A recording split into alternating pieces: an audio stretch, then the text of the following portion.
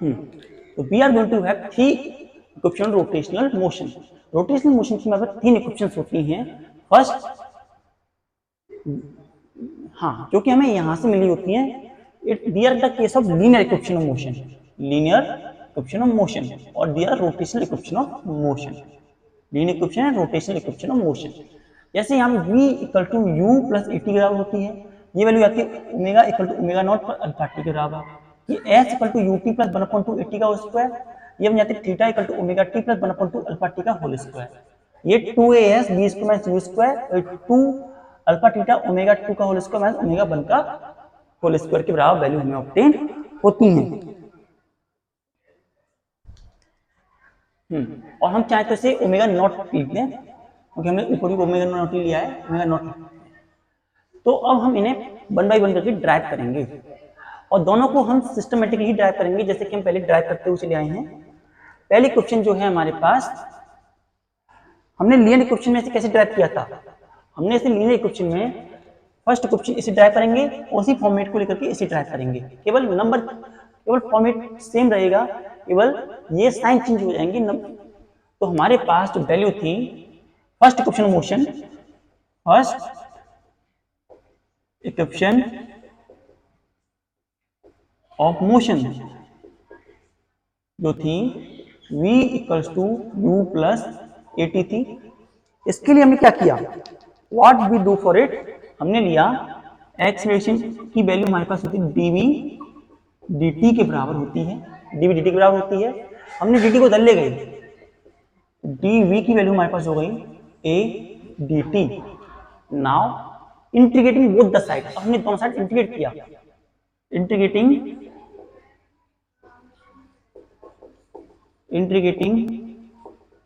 both the side of equation. हमने इसे integrate किया u से v तक dv, और इसे इंटीग्रेट किया integration 0 time t a d t की फॉर्म में। इसका इंटीग्रेशन में मिला v u v, एंड इसका a निकाला, और इसका इंटीग्रेशन किया dt 0 टू t। यहां पे वैल्यू v माइनस यू, यहां a निकाल करके t माइनस 0 के बराबर वैल्यू हमें मिली, और रखने पर v minus u equals to a T.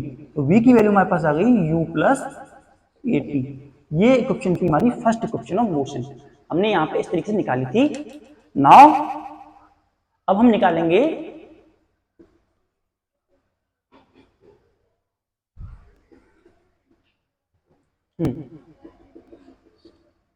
इस इक्वेशन को इन अ सिमिलर मैनर, इसमें भी सेम फॉर्मेट ही यूज होगा। We have equation omega equals to omega not plus alpha t. तो हमारे पास जो एक्सलेरेशन था उसकी वैल्यू होती है d omega upon d t, rate of change of angular velocity equal to angular acceleration. अब यहां से हमने डी ओमेगा को इधर लिया, अल्फा डी टी किया, and now integrating both the side, integrating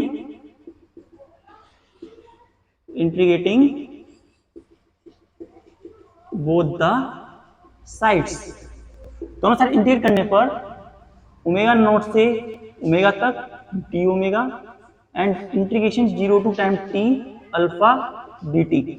इसका इंटीग्रेशन में मिलता है ओमेगा, ओमेगा नॉट ओमेगा, और यहाँ अल्फा बाहर निकाल करके टी माइनस 0। इसे करने पर omega minus omega naught equals to alpha t, और ओमेगा को इधर लिखी गई, omega equal to omega plus alpha t के बराबर हमें वैल्यू ऑब्टेन होती है। तो ये दोनों वैल्यू हमें, इन दोनों का फॉर्मेट बिल्कुल सेम ही था, सेम तरीके से ही हम इन दोनों को ड्राइव कर सकते हैं। So note it down.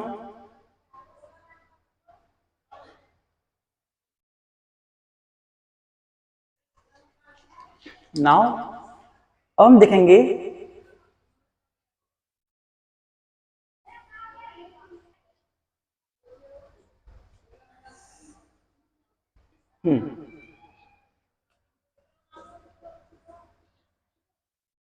Now the case of second equation.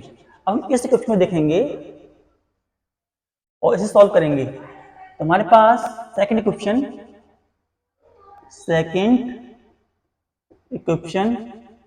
Of motion, second equation of motion की जो वैल्यू आती है वो रहती है हमारे पास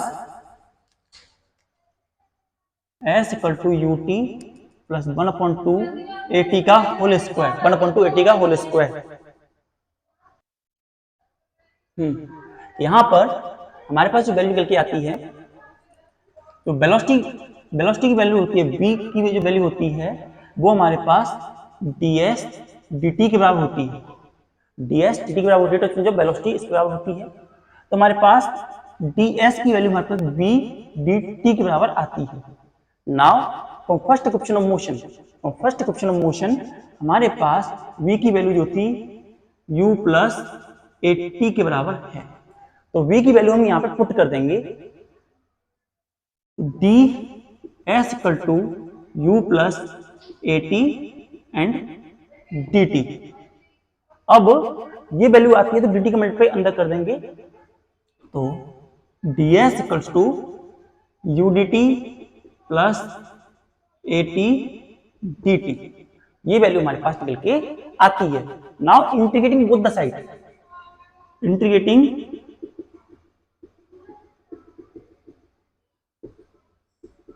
बोथ द साइड, दोनों साइड इंटीग्रेट करने पर हमें क्या वैल्यू आती है, we have integration ds from x naught to x equals to integration u dt plus integration ये 0 से टाइम t तक, ये भी 0 से टाइम t तक, a t dt। नाउ इसे जब इंटीग्रेट किया तो वैल्यू बनती है s x नॉट x। इसे जब इंटीग्रेट किया u निकाला बाहर, तो यहां हुआ क्या, integration dt 0 to t plus इसे इंटीग्रेट किया a integration 0 to time t t dt। यहां पर हम इसे सॉल्व करेंगे तो ये बन जाता है x माइनस एक्स नॉट, इसकी वैल्यू u t माइनस 0, यहां plus a t1 plus 1 upon 2 0 to time t। x naught को हम s मान लेते हैं और ये हमारे पास ut आया, और यहां से 1/2 at का होल स्क्वायर, ये वैल्यू हमें ऑब्टेन होती है। ये हमारी सेकंड इक्वेशन ऑफ मोशन की वैल्यू हमारे पास निकल करके आती है। इन सिमिलर मैनर अब हम इस इक्वेशन को निकालेंगे। इन सिमिलर मैनर अब इस इक्वेशन को निकाला जाएगा। तो कैसे निकालते हैं हम इसे, यहां देखिए हमारे पास थीटा की वैल्यू जो थी, या फिर ओमेगा की जो वैल्यू है, ओमेगा की वैल्यू जो है वो होती है D theta upon d t के बराबर होती है, डी ओमेगा डी थीटा के बराबर होती है। नाउ इस डी टी को हम इधर ले जाते हैं, तो d theta equals to omega d t, ये वैल्यू निकल के आती है। अब हम जानते हैं फर्स्ट इक्वेशन मोशन से ओमेगा की value d theta equals to omega not plus alpha t d t के बराबर वैल्यू हमें मिलती है। Now d theta equal to omega naught d t plus alpha t d t के बराबर value हमें देता है। Now integrating both the side, अब हम दोनों साइड से इंटीग्रेट करेंगे। On integrating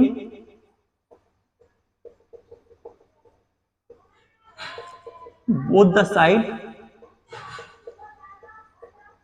of equation,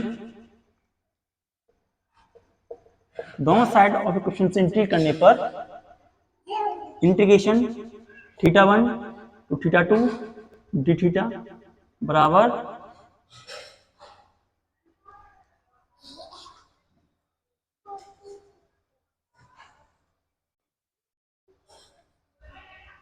now integration 0 to time t omega naught dt plus integration 0 to t alpha t dt, ये फॉर्म बनती है हमारी।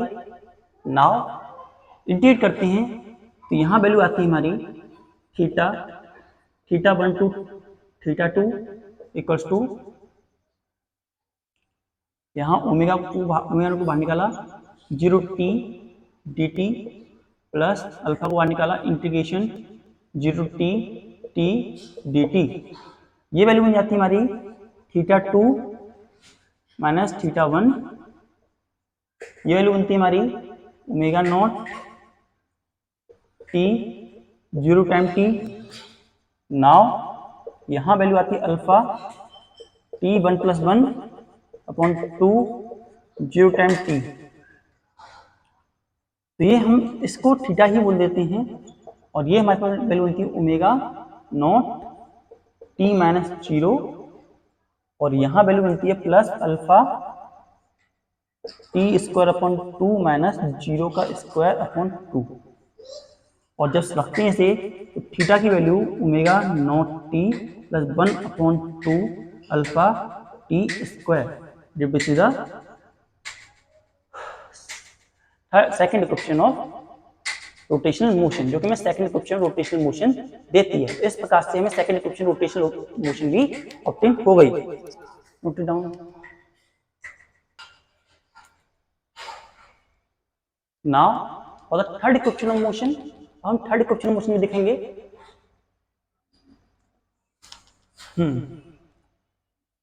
Third equation of motion, third equation of motion,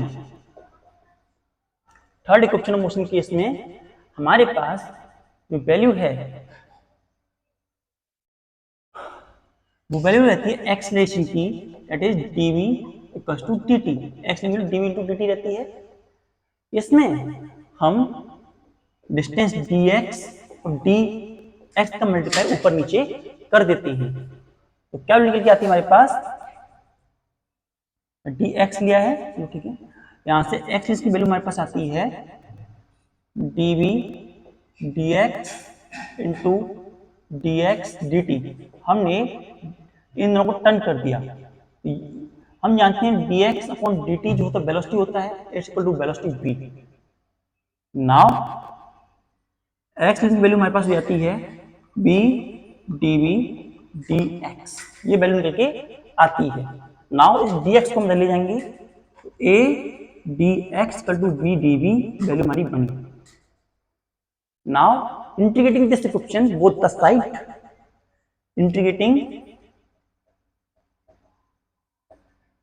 integrating the equation both the sides, दोनों side से equation को integrate करने पर integration x naught to x a dx और integration u to v b dv, ये करने पर इसमें से हम a को बाहर निकाल लेते हैं, ये बाहर आ गया, और यहां से हमारे पास आ जाता है integration x naught to x dx, यहाँ वैल्यू आती है हमारे पास 1 plus 1 and 1 plus 1 and u to b value निकल के आती है। नाउ इसे हम सॉल्व करेंगे, we have to solve it, we have a equals to x minus x naught, और ये वैल्यू बनती है b स्क्वायर अपॉन 2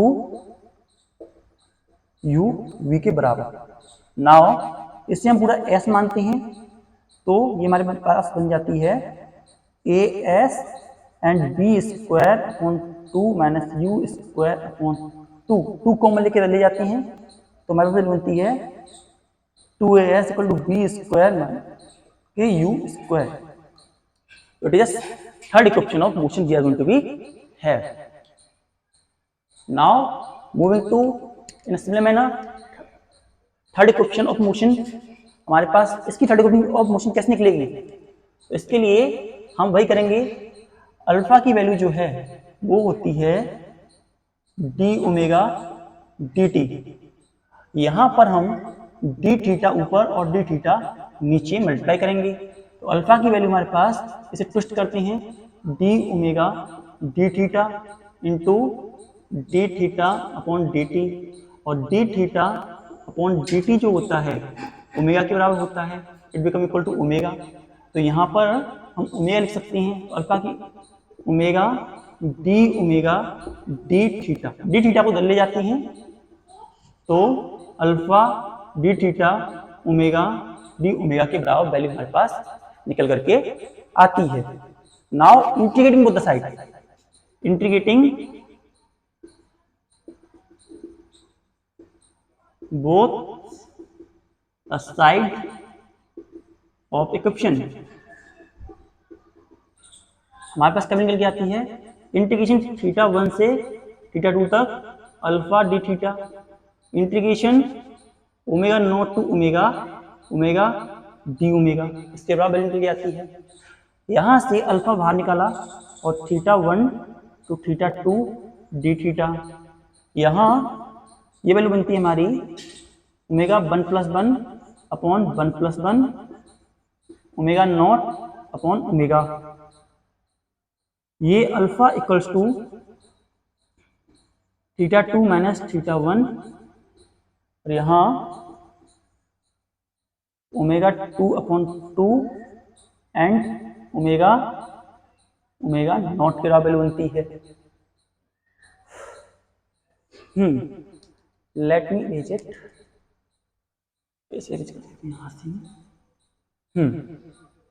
अब यहां से हमने ये वैल्यू ली, तो इसे हम पूरा थीटा मान लेते हैं, इट इक्वल टू थीटा, तो अल्फा थीटा, और यहां पर वैल्यू आ जाती है ओमेगा का square upon 2 minus omega not square का 2, और 2 कॉमन ले लिया, alpha theta 1 upon 2 omega naught का स्क्वायर माइनस ओमेगा नॉट का स्क्वायर, और 2 को इधर ले जाते हैं, तो 2 अल्फा नॉट ओमेगा का स्क्वायर माइनस ओमेगा नॉट का होल स्क्वायर। इस तरीके से हमारे पास थर्ड इक्वेशन मोशन निकल के आती है। तो इस प्रकार से हमने देखा कि हम सारी की सारी इक्वेशंस को निकाल सकते हैं किस प्रकार से, और ये दोनों का जो डेरिवेशन है लीनियर मोशन में और रोटेशनल मोशन में, it is quite similar to one another, ये एक दूसरे से बहुत हद तक सिमिलर है।